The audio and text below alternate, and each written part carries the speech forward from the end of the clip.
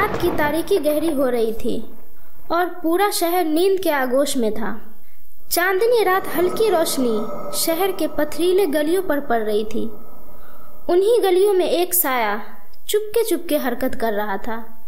यह था अंधेरी रात का राजा रहीम, जो अपनी चालाकी और होशियारी की वजह से मशहूर था।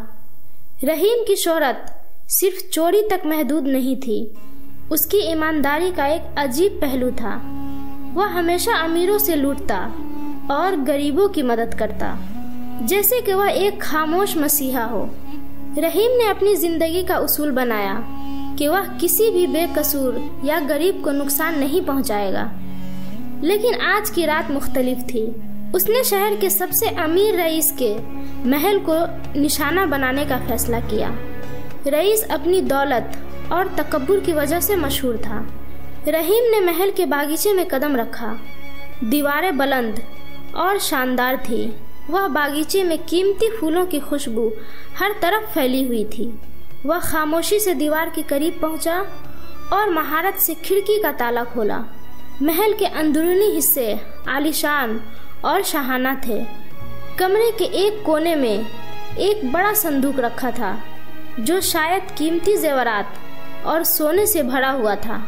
रहीम की आंखों में चमक आ गई, लेकिन जैसे ही वह संदूक के करीब पहुंचा, उसे एक मध्यम आवाज सुनाई दी। यह एक रोने की आवाज थी, जो करीब के कमरे से आ रही थी। रहीम रुक गया। यह कौन हो सकता है? वह दिल में सोचने लगा। तजस्सुस के मारे वह आहिस्ता कदमों के साथ आवाज की तरफ बढ़ा। कमरे के अंदर एक नौजवान लड़की जमीन पर बैठी दुआ कर रही थी। उसके आंसू उसके गालों पर बह रहे थे। सामने बिस्तर पर एक बूढ़ा शख्स लेटा हुआ था, जो बीमार और नहीफ दिखाई दे रहा था। लड़की के हाथ दुआ के लिए उठे हुए थे। या अल्लाह, मेरे वालिद को शिफा दे। हम गरीब हैं, लेकिन रईस साहब ने हमारी मदद की है। उनके दिए हुए पैसे से मेरे वालिद का इलाज हो जाएगा। रहीम यह सब देखकर हैरान हो गया। यह रईस तो मशहूर है कि वह गरीबों को लूटता है, फिर उस लड़की की मदद क्यों की? रहीम ने हिम्मत की और लड़की से पूछा, यह संदूक में क्या है? लड़की खौफजदा होकर पीछे हट गई, लेकिन फिर नरम आवाज में बोली, यह रईस साहब का है। उन्होंने मेरे वालिद के इलाज के लिए दिया है।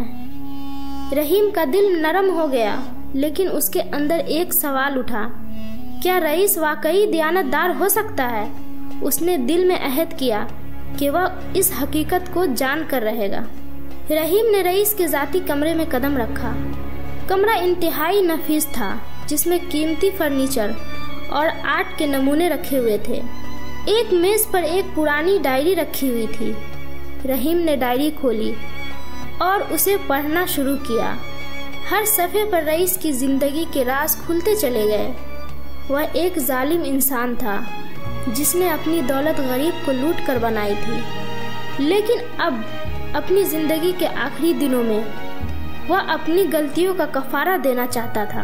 रहीम ने रईस की नीयत का जायजा लेने के लिए उसे कई दिनों तक छुप कर देखा। वह हैरान हुआ जब रईस को गरीबों में दौलत बांटते, बीमारों का इलाज करवाते और बेसहारों बच्चों की मदद करते देखा।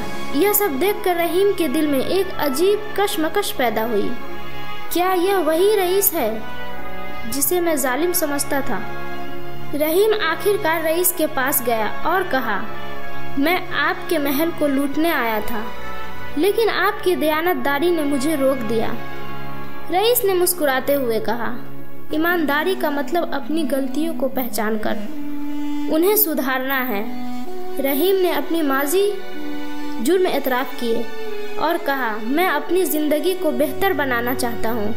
क्या आप मेरी मदद करेंगे? रईस और रहीम ने मिलकर एक फलाही तंजीम बनाई, जिसका नाम दयानतदारी का कारवा रखा। यह कारवा गरीबों की मदद के लिए वक्फ था। रहीम ने अपनी माजी के गुनाहों को सुधारते हुए एक नई जिंदगी का आगाज किया। ईमानदारी का मतलब सिर्फ सच बोलना नहीं, बल्कि अपनी गलतियों को पहचानना और उनका अजाला करना भी है। अगर आपको यह कहानी पसंद आई हो तो लाइक करें, शेयर करें और सब्सक्राइब करना ना भूलें। अगली बार एक और सबक आमोज कहानी के साथ हाजिर होंगे। जब तक के लिए अल्लाह हाफिज।